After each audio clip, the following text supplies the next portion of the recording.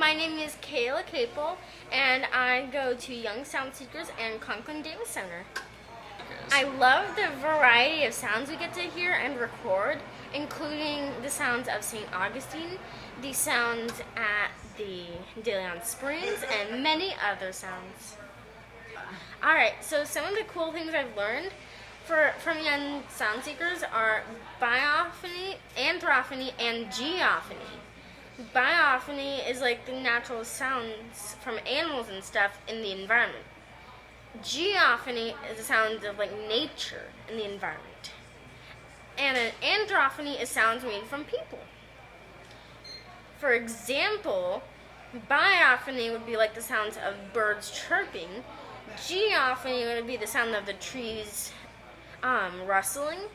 And then anthrophony would be the sound of like car doors closing, people talking, all that stuff. It definitely affects the biophony and geophony by sometimes overpowering it due to all the anthrophony that may be going on in that environment. The sounds of water and the ocean and lagoon are very relaxing and very interesting to listen to because you never know if the water is going to have bubbles or if there's going to be a wave or if it's going to be super calm. It's just really cool. Some of the things I have learned from the environment and listening are basically that with the rain and the weather here at Canaveral National Seashore, it can be choppier waves or it can be super calm. The rain can cause and wind can cause the water to get rougher than it usually is. Oh, okay. So some of the other places I've been, there have been so many animal sounds. Like sometimes if we're near like areas of dogs, you'd hear them bark, or some of the birds outside, they'd be chirping a lot because they were trying to communicate with each other and everything. It's really interesting to see what variations there are out in the environments. Yes, I have noticed that the seasons can change those variations. My listening has improved since I have joined Young Sound Seekers. For example, today, while I was getting here from Conklin, I was listening to the rain. I could tell that it came in bands. It would like lighten up and then get harder and then lighten up again. I would just like to thank the National Park Foundation and Conklin Center and Young Sound Seekers. Hi, my name is Kyle. We are at Cape Canaveral and we are here to record sounds and try to capture what sound where it's coming from. I try to listen closely. It could be in front of you or beside you or behind you.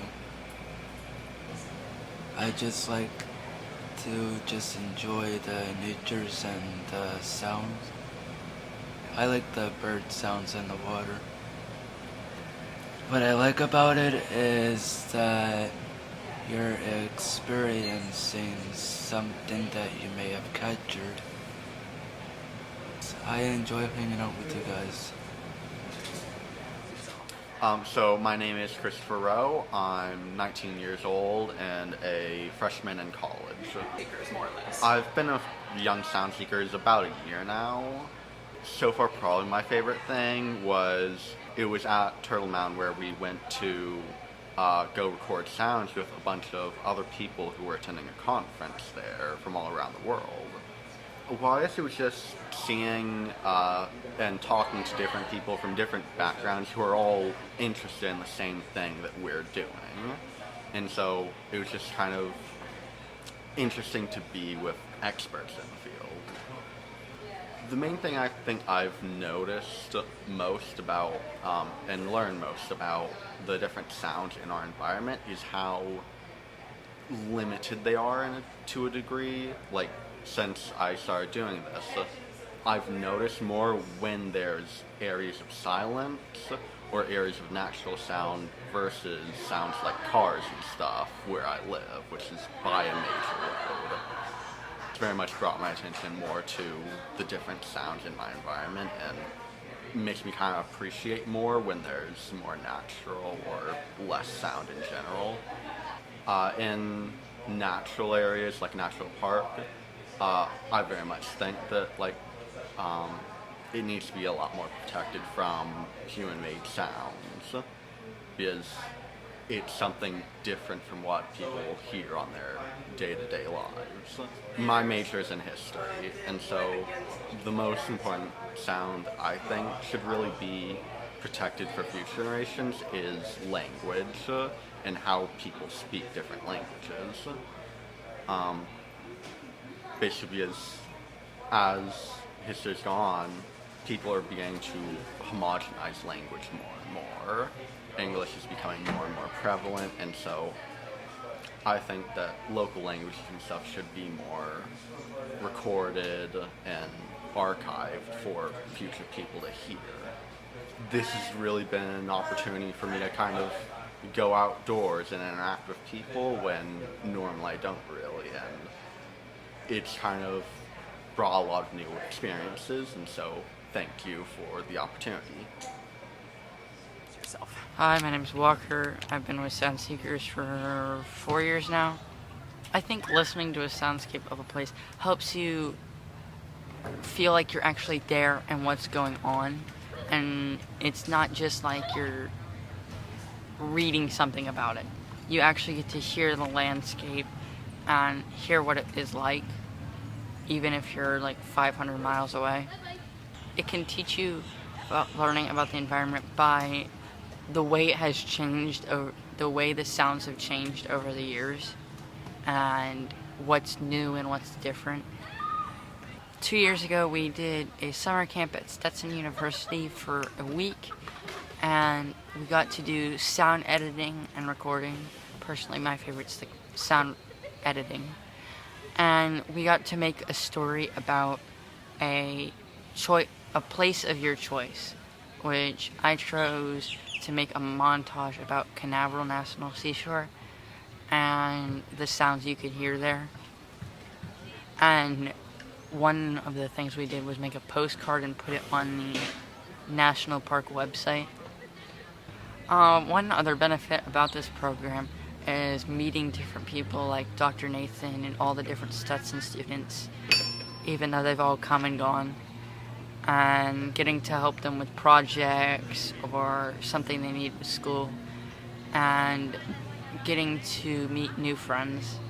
One time we had a person talk to us about the different fish at one spring, and then we had somebody doing core samples, and then we had somebody about turtles at Canaveral, and then we also had at the Stetson Rowing Center, we had a bunch of people from around the world with the sound recording.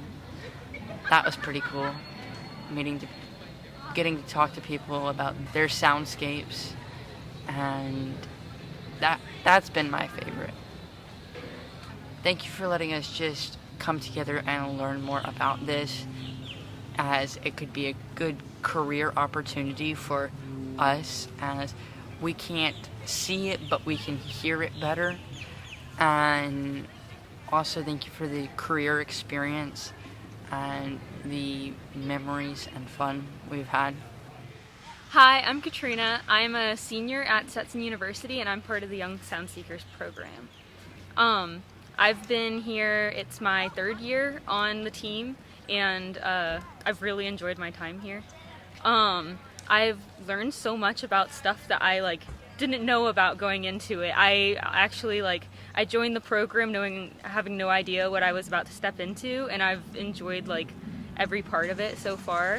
I especially am interested in how we've been focusing on accessibility in terms of working with people who are blind or visually impaired or partially sighted, and how we look to expand people's experiences in the parks and state parks and national parks through our recording with sounds so that they can appreciate nature as everyone else does, and then also through the different teaching experiences we've had at the different parks with park rangers and people who work at the parks.